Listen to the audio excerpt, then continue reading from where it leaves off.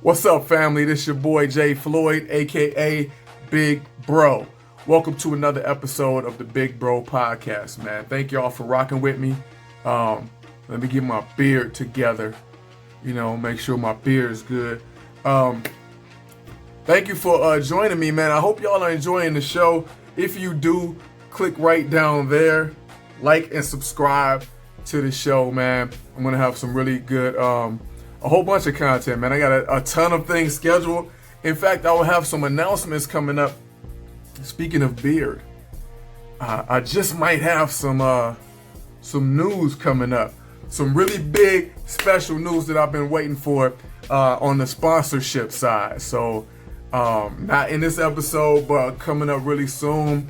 Prayerfully, I should have some really good news for y'all. So, with no further ado, man, let's get into this one.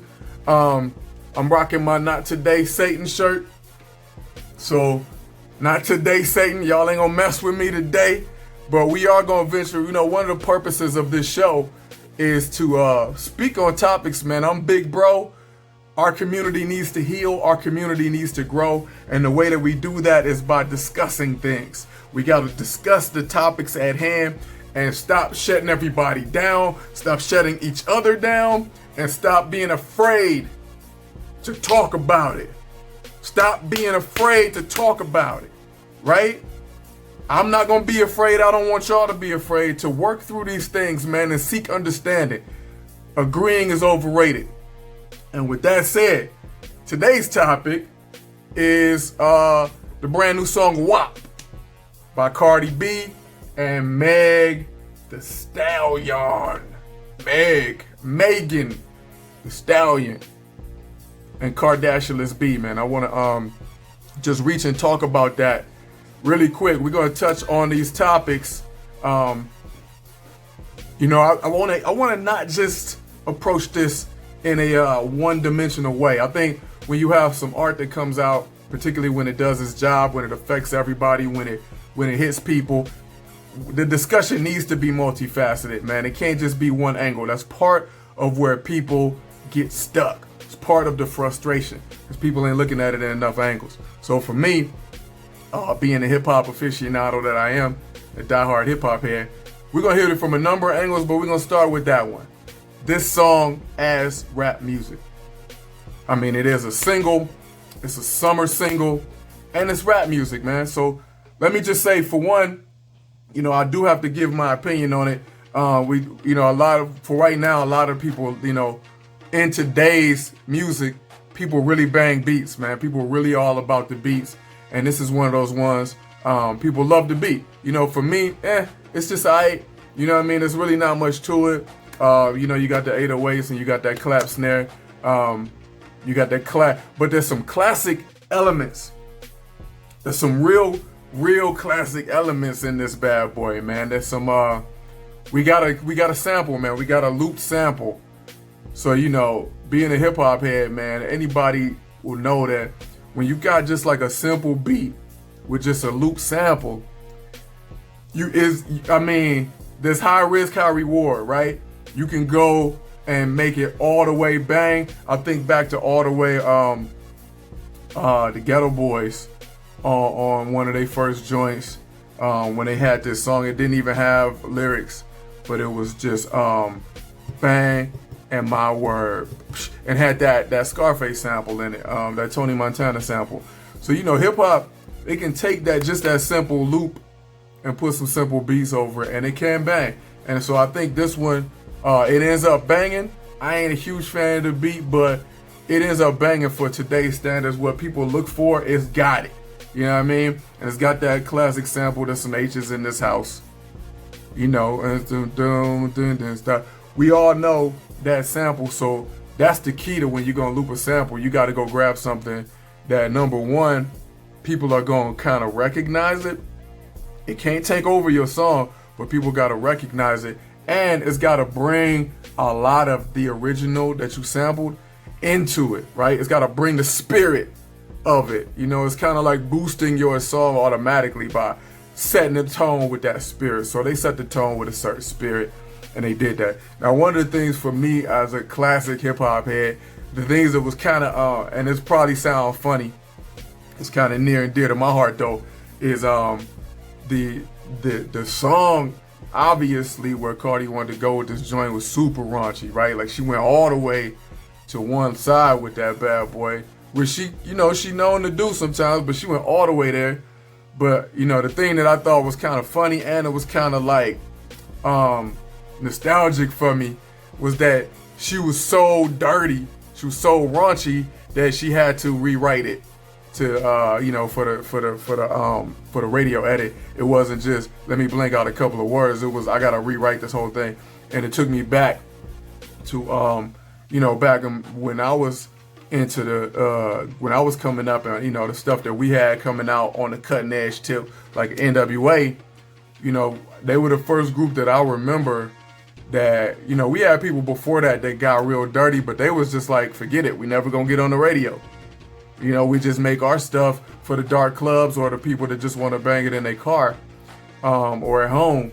But NWA, I remember, was the first group I saw that had stuff that was so dirty, but they still wanted to get on the radio. So you would see Cube write one verse for the album or the tape, and then he would go and rewrite that bad boy, and that's the version you would hear on radio stations, with the little bit of radio play that they did get. Like I remember Gangsta is one, the radio edit said, if you mess with me, I'll put your foot in the cast. And we know that ain't what he said the first time. Mess with me, put your foot in the cast. Nah. So yeah, as rap music, it was it was cool. It was cool. I think, they going for an angle, man. They going for an angle. I mean, I know Cardi B is like, it's kind of like the Too Short thing. When you going one way, you going all that way, and you like, hey, I know this is not gonna work in a lot of avenues, but I'm gonna punt them avenues. I ain't worried about them, and I'm just gonna dominate the avenue that this does work in. You know what I mean? And we'll talk about that a little bit more. For me personally, I thought, which didn't surprise me, I thought Cardi really outshined Meg. I thought Cardi was really dope. Meg was probably the best I'd heard. I'm not a big fan of Meg. To me, she sounded like the female Willie D. Kind of funny to keep going back to the Ghetto Boys. She kind of remind me of Willie D, and I never really been a big fan of Willie D, although I did like the Ghetto Boys. I didn't really want to hear Willie D solo, So maybe if Meg gets like a Bushwick Bill and a Scarface with her, I might be all in, But then again, probably not, because I'm 44 and I ain't really, I'm good, But yeah, so as rap music, man, yeah, there was a couple of things, her having to rewrite the radio edit, that's kind of near and dear to my heart. That's just a little intricacy about me, though. It's also pop music, though. It ain't just rap, it's pop, man, and it's clearly pop music.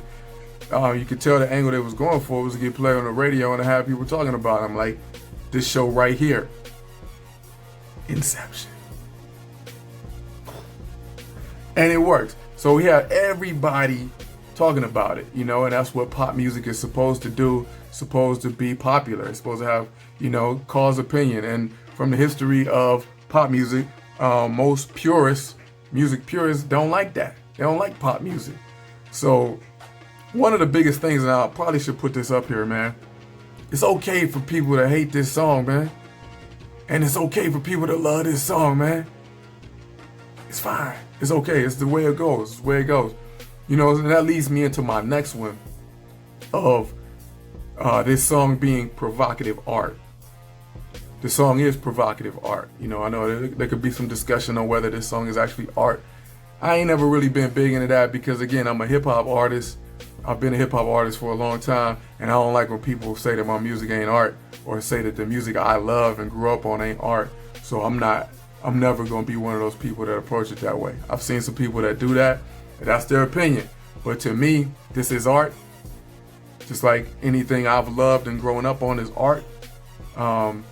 Anything that I've written is art, And particularly things like this, to me, are clearly art because they're made more than just for your listening pleasure. They're made for your reaction.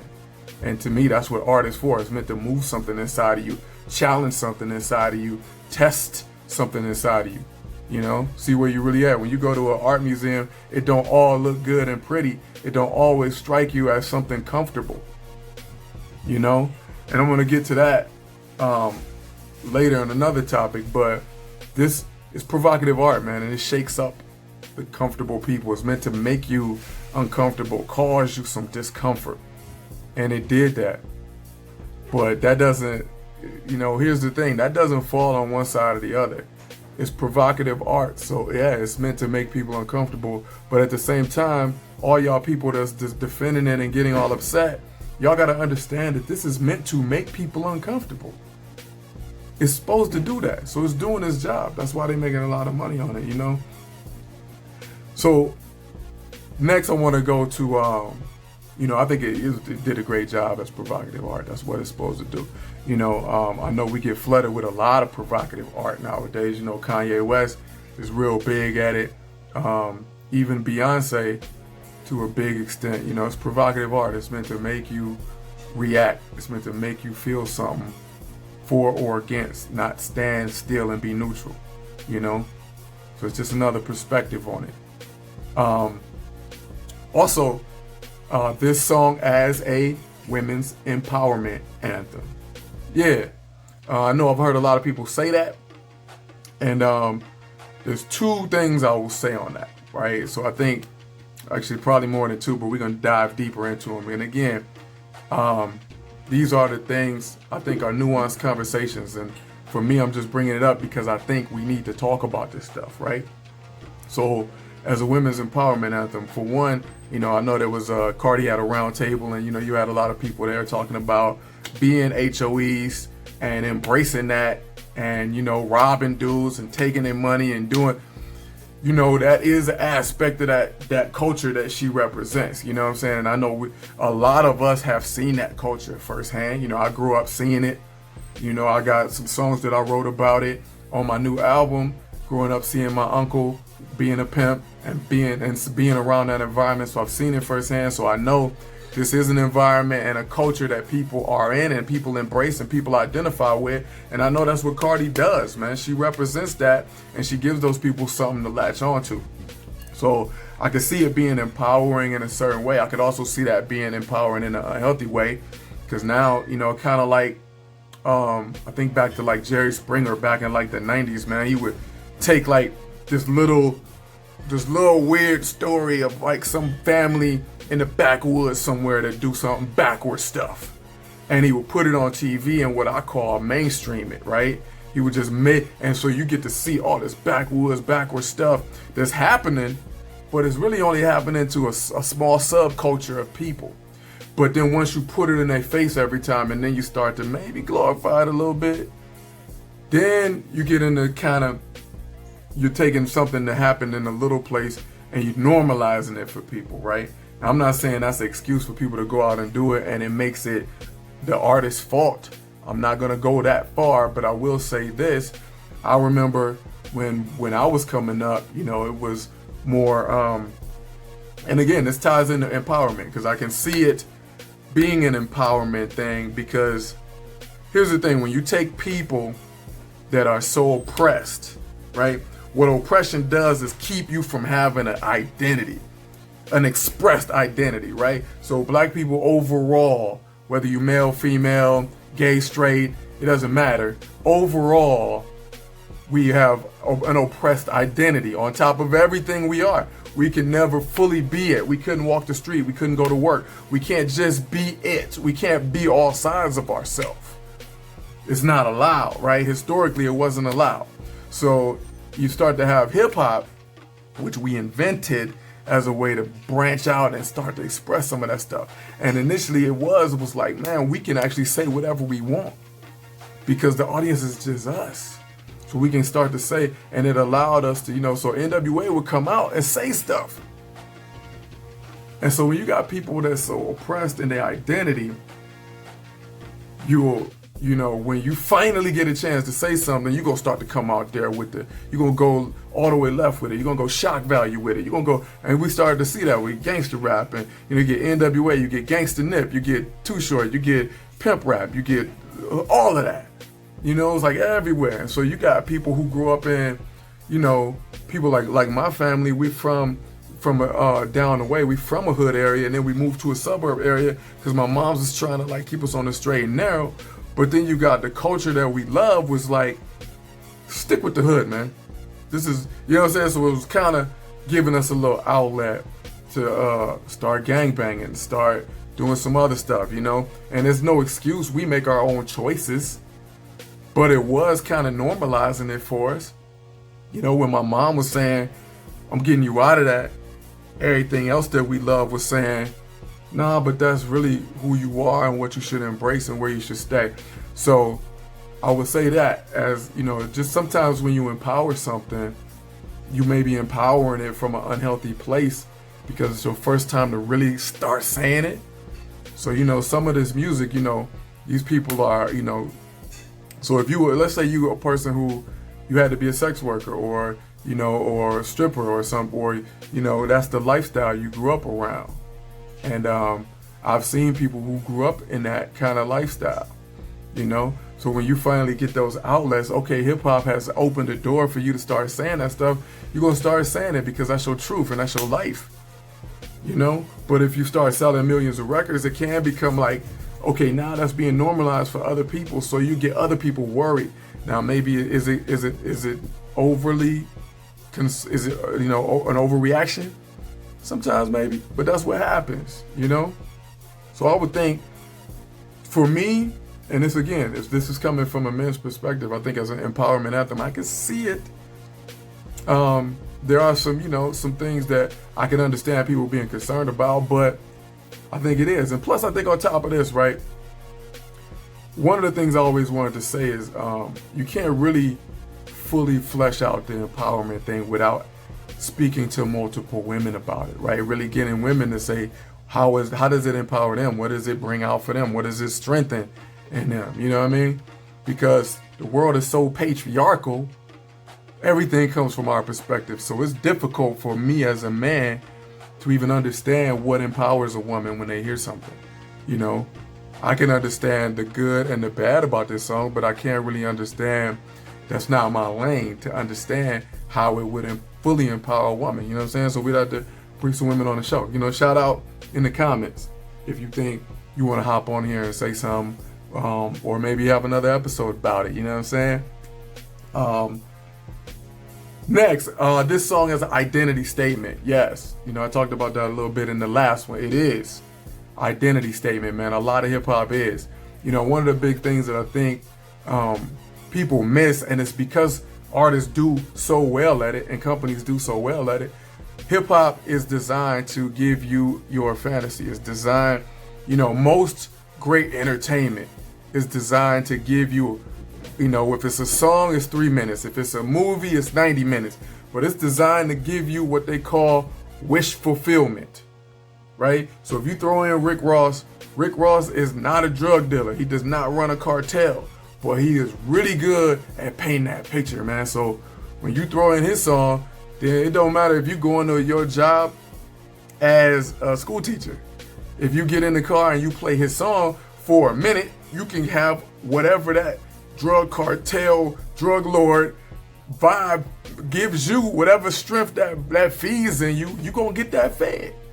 You know, that's just like any, you go to see a superhero movie or, you know, action adventure movie. It's all about giving you a wish fulfillment, a fantasy for the time that you're watching it, right? Giving you, so you can go through the emotions, because the vast majority of people are too repressed and live a lifestyle that's kind of, you know, more laid back and comfortable, that they won't say stuff like this. So as an identity statement, that's really what Cardi B specializes in. That's what she does. You know, that's even her personality, and on what she talks about off record is speaking to people's heart and saying stuff that they don't have the freedom and comfort to say, you know, or they wasn't raised in an environment where they was like, that was normalized for them, that you could just speak your mind and it doesn't matter what people feel. So obviously speaking your mind and not caring what people feel got some dangers to it, but this again is what makes her a great provocative artist and why she made this piece of art. You know what I'm saying? Next, a marketed product.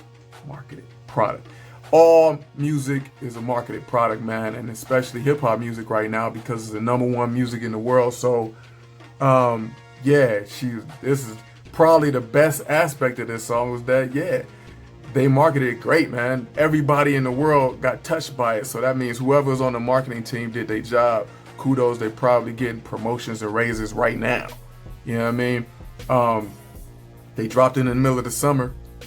I mean, directly in the middle of the summer.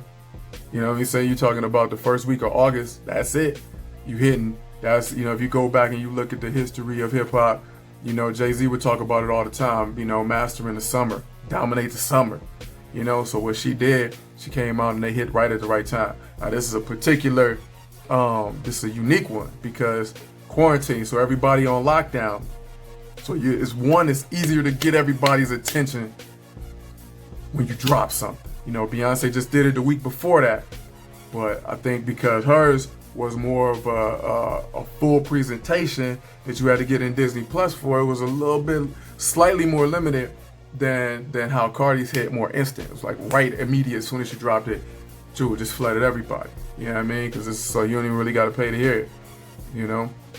So as a marketed product, it was genius. I saw some people, you know, in one of the many thousands of discussions of people arguing back and forth about this song.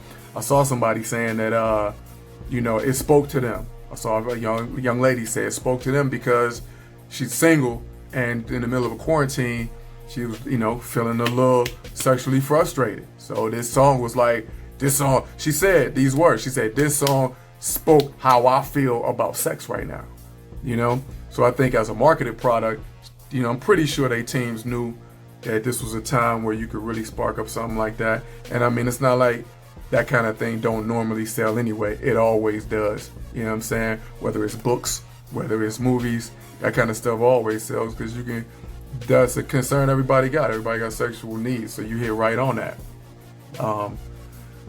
The next one is a big one, man. This song as a moral concern. Is it a moral concern? Yeah. I mean, yes. I would say so. My opinion is I say so, and it's the Big Bro Show, so you're going to get my opinion. I think it is. I think that, but is it the only one? Nah, I mean, you got a lot. You know, this is just the way society kind of go faster and faster in one way.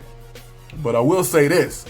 I think we kind of set up, society is just the way that we build as people, whether it's in tribes or whether it's in our current American society and our family structures and our generational we kind of lay out in generations. We kind of built to protect each other from this, right? So the thing that y'all don't like, and when I say y'all, I mean both sides. The thing that y'all don't like is the thing that's really working for us, right? So you got young people who hit 14 through 24-ish, somewhere around there, give or take. When they hit that phase, they want to branch out. You know, they never lived life. They've been watching everybody else live life, so they want to go live it. And then when you go live your life, you want to live the exciting way. You're thinking about excitement. You know, the younger you are, the more you think about pleasure and gratification and excitement. So when stuff come out, when music like this come out, man, people know it's saying stuff that's, one, is evoking some feelings that people, that society done told you ain't right. You ain't supposed to have them, so that feel kind of like dangerous. But people know when it's like using words and using terms that's taboo, and that taboo structure for right, wrong, or indifferent is set up there to protect younger people from jumping off into things they ain't ready to jump off into, right? So we got to remember that that's always the case, man. When this is more than a religious or a societal concern. This goes in every society and every religion. This is just people typically as they grow up and make mistakes and bump their head and, you know, ruin their life or wreck their life or have things that take them decades and generations to overcome. They got a tendency to look back at their kids and be like, man, I don't want y'all getting into this. You know what I'm saying? You ain't ready. And that's a natural parental reaction, right? And that's how it's supposed to be. That's how it's supposed to be. You know, I see a lot of people like, hey, y'all can't complain about this song because when y'all was younger, y'all listen to this. Y'all listen to Akinelli. Y'all listen to NWA. Y'all listen to Too Short. Yeah. And when we were doing that, older people was like, slow down, pump your brakes. You ain't ready. And you know, the fact of the matter is, they was right.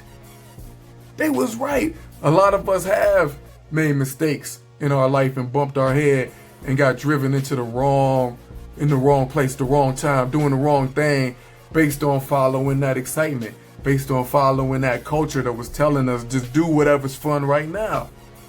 So yeah. You know, I remember my mom used to always be like, you know, you may think I'm crazy telling you a lot of this stuff, but one day you're gonna realize I'm right, and I'm gonna be dead and gone. You're gonna know I was right. And you know what? Ma, you was right. I'm telling you, 99.9% of the stuff she said was right. Now, did I still need to go bump my head on a lot of it? Yeah, but not all of it. You know? So yeah, some of it I had to go experience myself. But a lot of it, I didn't have to because I held it in my heart what she said, right? So I only say this because when people get off into this kind of stuff, songs like this, older people, it ain't just, let me shut this down because I'm old and I'm crotchety and I'm a hater. A lot of people done seen where this goes. A lot of people done lived where that goes. You know what I'm saying? I've seen a lot of people give practical advice like, yo, you're talking about that WAP, but be careful where that leads to. You know what I'm saying? I know firsthand. People are really giving their firsthand experience on this. So yeah, there's always multiple sides to it. And yeah, there is a moral concern about it. It also brings up a concern about how morals are enforced. You know, you can't try to stop everybody from doing everything and repress people. But it's important to have both of those angles because young people are always going to push. You know, I'm always thinking about my youngest daughter, man. She's a line stepper, right? So she always walk up to the line. So me and my wife, as we raising her, we always be like, there's the line, move back. There's the line, move back. So I think that's how society is, man. That's how we always built up. Young people are always gonna be like, oh, look at that line and look what's beyond it. And older people are gonna be like, move back. So, you know, just for all y'all people who say people forgot, but they ain't forget. They ain't forget what they listened to. They just got old. They became the people and now they playing their role. That's cool, they're supposed to, you know? Keep playing your role. That's how we supposed to do it. All right, so next, as a piece of this song as a piece of black culture. This is probably the only one that I really wanted to talk about. I mean, all the other stuff I just touched on because everybody else is touching on it. And I think it's important to talk about all the aspects, but this one was the only one that really hit me. And this one, it really doesn't have a whole lot to do with the artists because the artists are making their way, doing what they do. You know, they are a symbol of what's possible. They're a symbol of what's possible for young black artists today in hip hop. If you want to be mainstream, if you want to sell a lot of units, they are a symbol of what's possible. Now what does that mean? It means two things. It means even if you are a stripper or even if you are down on your luck and you know, doing things that's immoral, like robbing people to try to make your way, that you could still turn your life around and be a successful artist. Yes.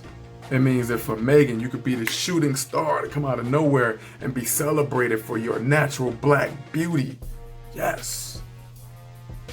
Big up to that. First of all, because I think that's dope. I think we don't talk about that enough, that Megan is a natural black, beautiful woman that's being celebrated and all over entertainment and music today. I think come on, there's not enough of that. They ain't showing enough of that, man. It's usually you gotta go get the fake this and a fake that, and you gotta lighten this and don't be dark here, and you know, you know, she's one of the few you're gonna see there's actually a brown-skinned black woman showing her natural figure and natural assets, and I think that's dope. But when I say they are a symbol of what's possible, there's another side of that. Why is that the only option? So if you're a woman, if you're a female artist coming up and you don't make music like that, you know, this is not to hate on WAP, but if you don't want to talk about that, Let's say you want to make something educational. Let's say you want to be the next Queen Latifah. It don't seem to be too many doors for that. So when I say Cardi and Meg are a symbol of what's possible, they are a symbol of that door that's open. It's great that that door is open, but what are other doors? And this, so again, that's not a point of contention with them. That's a point of contention with the industry. That's a point of contention with us as listeners. And while we are not demanding with our voice and with our dollars that